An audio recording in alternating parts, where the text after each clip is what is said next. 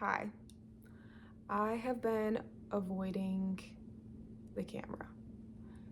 And it's cute because I know that when I start making a video and expressing what I'm experiencing, that I start to move through whatever it is that I'm feeling instead of just playing the avoidance dance. But still, it's like my programming says the way to protect myself is to hide. I have noticed that there is this part of me that wants to connect with people and feel more like myself again. And that part of me was more full of life, and she saw the magic in all of the little things. And then there's this part of me that is afraid that if I do that, I will lose what I've gained, or like the resources that I have are in limited supply, so I better protect them. Which I can understand from an evolutionary standpoint and from the generations of people before me. And then when I get into a more logical or higher state, more present state, I can see that I don't have to operate like that anymore, that I am safe. But teaching my body that I'm safe, teaching my nervous system, that's a different story.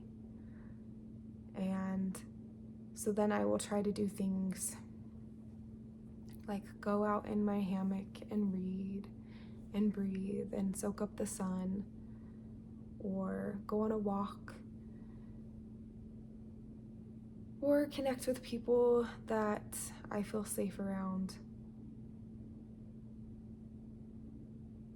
Do little things that feel very grounding,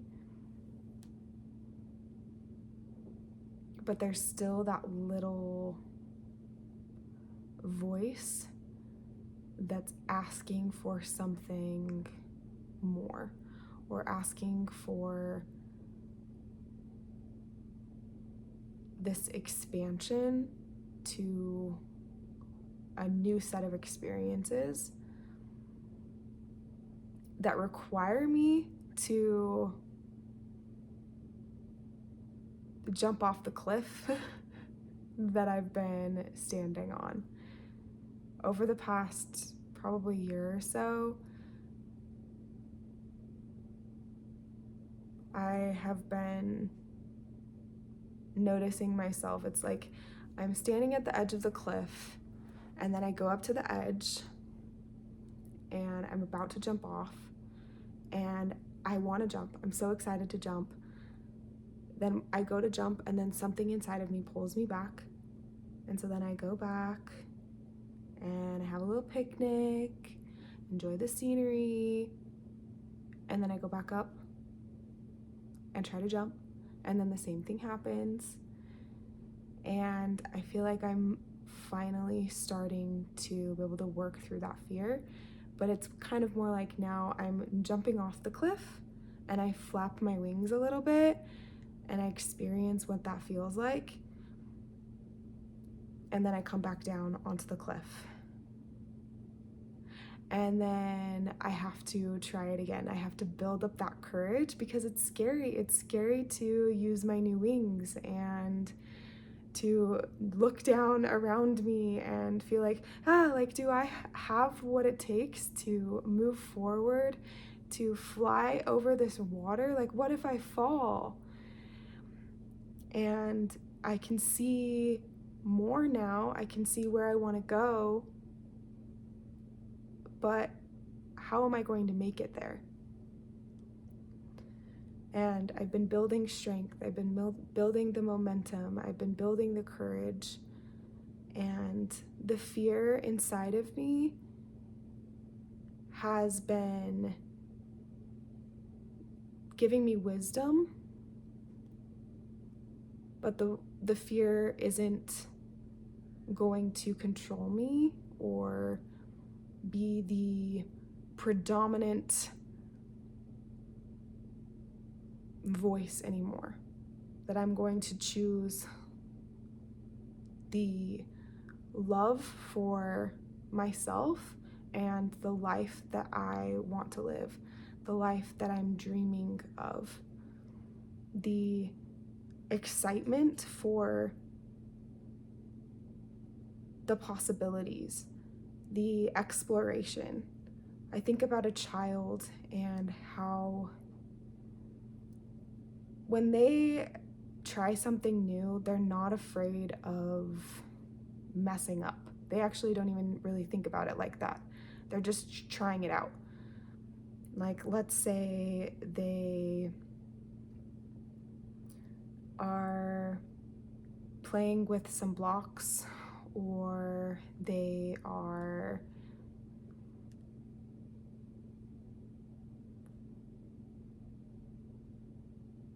coloring, whatever it is that they're trying. They don't think about doing it right. They don't need to be good at it. They're just playing.